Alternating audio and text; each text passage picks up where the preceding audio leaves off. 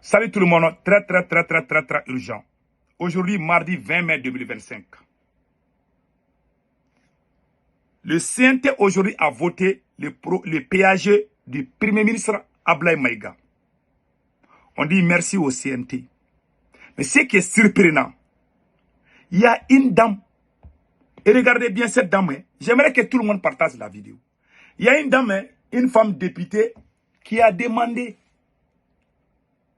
à Ablaye Maïga de retirer la nationalité malienne à tous les gens qui critiquent Assimi Goïta. Vous voyez cette dame-là, c'est une politicienne. Elle n'a jamais fait la révolution. Elle est partie au CNT par chance. Elle est dans les partis. Elle a toujours travaillé avec des politiciens. C'est eux aujourd'hui qui se lèvent. Parce qu'ils ne veulent pas que la transition finisse. Et ils ont peur quand on va organiser les élections, celle-là ne sera jamais députée au Mali. Comme elle a été choisie, elle veut que ça continue. Elle demande de retirer la nationalité malienne. C'est une politicienne. Hein? Elle demande de retirer la nationalité malienne aux gens qui critiquent Assimi Goïta. Le Premier ministre Ablaye Maïga a dit non, qu'ils ne sont pas venus pour faire ça. Qu'ils sont venus pour unir les Maliens. Je remercie le Premier ministre Ablaye Maïga pour ses gestes. Moi, je n'ai rien contre Ablaye Maïga. Non, je n'ai rien contre. S'il fait du bien, je dis bien. Je remercie Ablaye Maïga pour ce geste. Mais il y a des choses encore plus graves. Ils ont parlé, mais ils n'ont pas parlé des vrais problèmes du Mali. Alors que quand le Premier ministre vient, on doit poser des vrais problèmes. Le problème, c'est quoi? Il y a 2 ou 3 mois de cela, ils ont décidé de couper les taxes téléphoniques. Vous vous rappelez bien, il dit que tous les Maliens vont payer taxes. Les gens qui vont payer, les gens qui vont faire les transferts d'argent et les gens qui vont payer, je ne sais pas, les forfaits là, pour les appels téléphoniques, que le gouvernement va avoir un certain pourcentage. Que c'est pour régler le problème d'électricité. Je vous dis, jusqu'à présent, rien n'a été réglé. Ils sont en train de couper notre argent. Pourquoi on n'a pas posé cette question au Premier ministre Ablaye Maïga? Qu'est-ce qu'ils ont fait avec cet argent? On a dit que l'argent va aller à Koulouba, chez Assimi Goïta. Jusqu'à présent, le peuple n'a pas assez de temps. La population de Mopti est sortie. Hier, moi, j'ai montré ça à tout le monde. La population de Mopti est sortie pour manifester, pour demander le courant, pour demander l'eau. Qu'est-ce qui a été fait pour trouver la solution? On n'a pas posé cette question. Ok. Pire encore, il y a des villages incendiés. Il y a un village, au moment où moi je vous parle, il y a un village qui a été attaqué. Les terroristes sont allés tuer tous les villageois. Ils ont brûlé les maisons des gens. Ils ont tué tout le monde. Plus d'une centaine de personnes. Ça s'est passé hier. Hier, lundi 19 mai 2025. Je vous montre ça. On ne parle pas des choses sérieuses. Et plus de 500 villages ont signé l'alliance avec des terroristes. Des ministres sont en train de détourner des milliards. On n'a pas parlé de ça.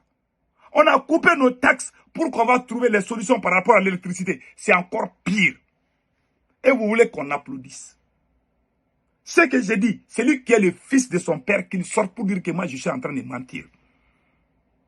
Cette dame, moi je n'aime pas trop critiquer les dames là. Et cette dame n'a pas posé des questions. Hein. On est en train de faire des détournements. La copine de Assimi Goïta est impliquée dans les histoires de d'or. Ils n'ont pas posé. C'est là, elle s'inquiète le départ de Assimi Goïta. Quand Assimi va partir, va quitter au pouvoir, elle sera au chômage.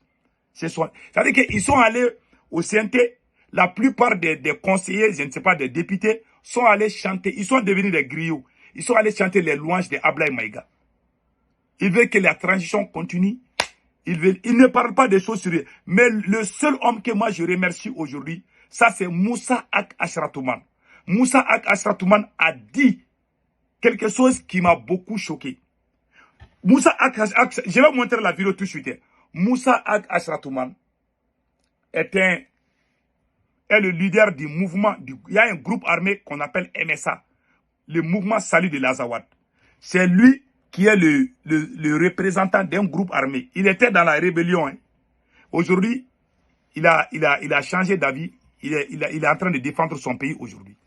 Lui, quand il est venu, il a dit au CNT qu'il y a des localités qui sont sous le contrôle des terroristes. C'est lui qui a parlé des vrais problèmes. Il a parlé. Un député, c'est quelqu'un qui parle du problème de sa localité. Plusieurs gens sont au CNT là. Ils n'ont pas parlé. Hein. Ils sont allés applaudir seulement. Alors qu'il y a des députés qui ne peuvent même pas aller dans leur localité. Ils n'ont pas dit quelle solution on va trouver. Il est le seul député du Mali. Il est le neveu du général Gamou. Le général Gamou, le gouverneur de Kidal, c'est l'un de ses neveux. Il est sorti, il dit non, il faut qu'on trouve la solution. La route Sévaré-Gao, il y a les attaques là-bas. Il a parlé des problèmes d'insécurité. Il a parlé pourquoi on est en train comment, je vais vous montrer la vidéo, je ne vais pas tout dire. Il est le seul qui a parlé. Et pire encore, aujourd'hui, il y a un village qui a été incendié par des terreaux. Je vous laisse regarder ça là. Regardez. C'est un village. C'est un village. C'est un village. Voilà. Ils ont brûlé les gens. Vous voyez les cendres là. Ils ont mis les gens, ils ont mis l'essence là. Ils ont brûlé les gens vivants, même les bébés. Eh mon Dieu. Je vous laisse écouter, je vous laisse regarder. Ça s'est passé hier seulement. Là, le quartier de Moussabougou est sous l'eau. Vous n'avez pas parlé des vrais problèmes du Mali. Vous êtes allé jouer la comédie là-bas au CNT. Et oubliez les problèmes des peuples. Et regardez. Et regardez. Vous voyez les cendres là.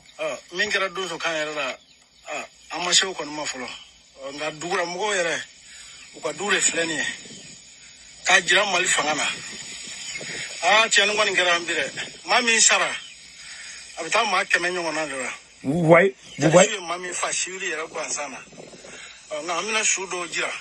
Je ne vais pas montrer les cadavres. Maintenant, il va montrer les cadavres. Je ne vais pas montrer ça parce que c'est pitoyable. Ça s'est passé hier. Ils sont allés tuer même les bébés du village. Ils sont allés tuer tout un village. Voilà ce qui se passe dans mon pays. Ils sont allés, ils ne font que ça. Si le village, tout village qui refuse de signer l'accord avec les terreaux là, ils vont aller vous tuer. Même les chiens qui sont dans vos familles là, ils vont les brûler. Par peur, il y a des gens qui ont signé des accords avec eux. Voilà ce qui se passe dans mon pays. Et la seule personne au CNT qui a parlé de ça. Et regardez ce que cette dame, la seule personne qui a parlé à ça c'est Moussa Ak Ashratouman. Je vous laisse écouter Moussa Ak Ashratouman. Je le remercie. Il y a un autre député qui s'appelle, voilà, honorable Moïse Dougnon aussi a parlé de ça. Ce monsieur aussi a parlé de ça. Honorable Moïse Dougnon. Lui, les deux députés, il y a plus de 100 députés. Hein. Ils sont là-bas. Ils n'ont pas parlé des problèmes du Mali. Ils sont là-bas, ils sont devenus des griots. Mais je vous laisse écouter Moussa Ak Ashratouman. Vous allez comprendre ce qu'il a dit ici. Voilà. De 15 000 soldats, de 9 000 agents de sécurité et de 34 000 ex-combattants compte tenu de la difficile situation financière du pays. Quelle est la priorité du gouvernement parmi tous ces chiffres? Sachant que la population est l'enjeu principal de cette crise multiforme, l'État concentre ses efforts sur les grandes villes urbaines pendant que les zones rurales sont soumises à une pression, à une agression des groupes extrémistes entre le paiement de la zakat, les ravitaillements, les recrutements forcés, l'endoctrinement des jeunes désœuvrés. Malgré les efforts louables déjà en cours, il est nécessaire d'accentuer ces efforts. Quel est le rôle que l'État compte-t-il confier à certains responsables notables, chefs religieux, comme le président l'a dit tout à l'heure, pour que cela change? Dans le cadre du déploiement équitable des FAMA pour sécuriser les zones affectées par l'insécurité, qu'en est-il du déploiement sur la localité de Andramboukan et Indeliman, deux localités d'une importance capitale dans l'est de notre pays? Voilà, la localité de Andramboukan et de Indeliman. Moi-même, je croyais que c'était Tinzaouaten seulement qui était aux mains des terreaux au nord du Mali. Déjà, il y a deux autres localités, Indeliman et Andramboukan. Il vient de le dire tout de suite, hein. Ça ne vient pas de ma bouche. C'est dans la vie, il faut dire la vérité. Au Mali, on est comme ça. Hein. Donc, M. Moussa Ashratouman, il vient de le dire. Il est le représentant d'un groupe armé. Pro-Mali, hein, je dis bien. Il y a des groupes armés qui sont avec des terreaux. Mais lui, il n'est pas ça. Lui, il est avec le Mali. Mais il était dans la rébellion contre le Mali, il faut dire ça. Mais aujourd'hui, il est avec le Mali. Donc Moussa Ashratouman, il est en train de parler des vrais problèmes du Mali. Dja, il y a des localités au nord qui sont sous contrôle des terreaux. C'est ce qu'il vient de dire. À la frontière entre le Mali et le Niger, il y a deux grandes localités dont les terreaux sont en train de contrôler. Moi, je ne savais pas. Si j'avais dit ça là, ils ont dit, ah, Sékou Tourara, il est en train d'exposer son pays. Ah, voilà un député du nord du Mali, un Touareg, qui a dit la vérité. Ah, il a dit la vérité. Dans la vie là, on ne peut pas mentir. Il dit que le gouvernement se concentre sur les grandes villes. Mais les petites villes là, les petites localités sont laissées à elles-mêmes. Voilà pourquoi les terreaux sont en train de se renforcer. Il prend plus de 500 localités sont sous le contrôle des terreaux. Celui qui n'est pas d'accord, on le tue. Je vous laisse écouter les restes. À quand l'intégration des groupes armés actifs aux côtés des forces de défense et de sécurité? Un célèbre adage dit « Qui veut la paix prépare la guerre ». Le Mali est une véritable illustration. Cette guerre pour la paix, personne ni aucune puissance au monde, soit-elle la plus forte, ne pourra la faire à notre place. Sans la paix, il n'y aura ni école, ni santé, ni commerce, ni politique. Axe 3, la satisfaction des besoins fondamentaux de la population. Dans le cadre du désenclavement intérieur du pays, l'axe Sévaré-Gaou est une artère nourricière qui relie le nord du pays au sud du pays. Sa réhabilitation est plus qu'une priorité dans le contexte sécuritaire actuel. N'est-il pas judicieux de confier sa réhabilitation au génie militaire de notre pays? Voilà. La route, l'axe Sévaré-Gaou. L'axe Sévaré-Gaou. C'est un endroit qui est occupé par les terreaux. On ne peut même pas aller là-bas. On ne peut pas bouger pour aller là-bas. Il a parlé des vrais problèmes. Pendant que les autres sont là, ah, ils ont devenu griots aujourd'hui. Ablaye Maïga est bon, Ablaye Maïga, on ne vous a pas parlé. Parlez des problèmes. Vous n'êtes pas là pour chanter les louanges de X ou Y. Vous êtes là pour parler des problèmes de là où vous venez. Ils n'ont pas parlé. Voilà un vrai député. Je le remercie. Il y a une dame là qui a parlé. Vraiment, j'ai eu honte quand j'ai entendu cette dame là parler. Écoutez ce que cette dame là a dit. Je vous laisse écouter. Qu'avez-vous prévu pour les personnes récalcitrantes qui critiquent et dénigrent le Mali depuis l'extérieur? Allez-vous les déchoir de leur nationalité malienne ou quelles sanctions sont prévues pour ces apatrides? Pour ces apatrides. C'est une politicienne. Hein? Il y a des gens quand ils sont dans les positions. Mais regardez la réponse de Ablaye Maïga. Vous allez comprendre. Sur la question de l'honorable Dina Doula, à savoir s'il ne faut pas déchoir de leur nationalité nos compatriotes qui dénigrent notre pays depuis l'extérieur. Je vais aussi peut-être saisir encore l'opportunité et l'occasion qui m'est offerte pour partager avec vous la vision du chef de l'État. La transition n'a pas de cible en particulier. Et l'objectif recherché, c'est vraiment de refonder notre pays, bien entendu dans un souci d'inclusivité, de cohésion, d'unité et de tolérance. C'est fini. Et de tolérance, voilà. Nous l'avons. Voilà. Et c'est fini. Hein. Je remercie Ablaye Maïga pour cette réponse. Cette dame-là est une folle. Dina Dossou. C'est une politicienne. Hein. C'est les gens qui ont détruit le Mali. Elle était dans les partis politiques qui ont détruit le Mali. Aujourd'hui, elle est dans les CNT. C'est elle qui appelle les gens apatrides. Il n'y a pas plus apatride qu'elle. Elle était dans les, elle était avec les, c'est une politicienne. Ah! Moi-même, je regarde, j'ai ri quoi. Vous avez vu comment elle a été recadrée par Ablaye Maïga. Je dis merci à Ablaye Maïga. Ablaye Maïga, ce qu'il a fait, c'est bon. Hein. Mais son seul problème, c'est un voleur. Moi, mon seul problème avec Ablaye Maïga, je n'ai rien contre Ablaye Maïga. Hein. Mais c'est un voleur, il faut dire. Ce gars est un voleur. Hein. Il a volé des milliards. Je jure Allah, je jure sur les 5 courants, c'est un voleur. Je le remercie parfois. Si Ablaye Maïga fait du bien, moi je le dis. Je viens de le féliciter, non. Il y a des gens qui vont dire, ah, toi là, tu l'as critiqué. Je ne suis pas d'accord. Je sais ce que je dis est vrai. C'est un voleur. Ablaye Maïga a détourné des milliards et ça, il faut lui dire. Ok, s'il y a quelqu'un qu'on doit retirer la nationalité, quelqu'un qui bouffe des milliards, ou quelqu'un qui critique son pays, qui est plus mauvais, et quelqu'un qui prend l'argent des millions, il est pire qu'un terroriste. C'est que les gens, ceux qui parlent, c'est leur bouche seulement. Mais s'ils font des actions, s'ils sont complices avec des terroristes, on peut les retirer la nationalité. Si un Malien est complice des terroristes, moi-même je suis là. Mais un Malien qui critique Assimi Goïta, qu'on doit aller. Assimi, elle n'est pas plus malien que tout le monde. C'est les bandes de voleurs ensemble. Mais merci à Ablaye Maïga de toutes les façons. Même si Ablaye Maïga est un voleur, moi je sais que c'est un voleur. C'est un agent français, mais il a bien parlé ici. Mais c'est un agent français. Hein. Mais ce qu'il a fait, ce geste-là, je le remercie. C'est tout ce que je peux dire. Les autres problèmes du Mali, quand vous regardez le centre, Assimi Goïta a dit qu'il a un projet où il fait des fourrages pour donner l'eau aux gens. Ok. Mais l'hôpital de Mopti, il n'y a pas d'eau. Les gens sont en train de mourir. Vous avez coupé l'argent des appels téléphoniques des gens. Vous dites que vous allez donner courant. Où est le courant? Mais soyons dignes dans la vie.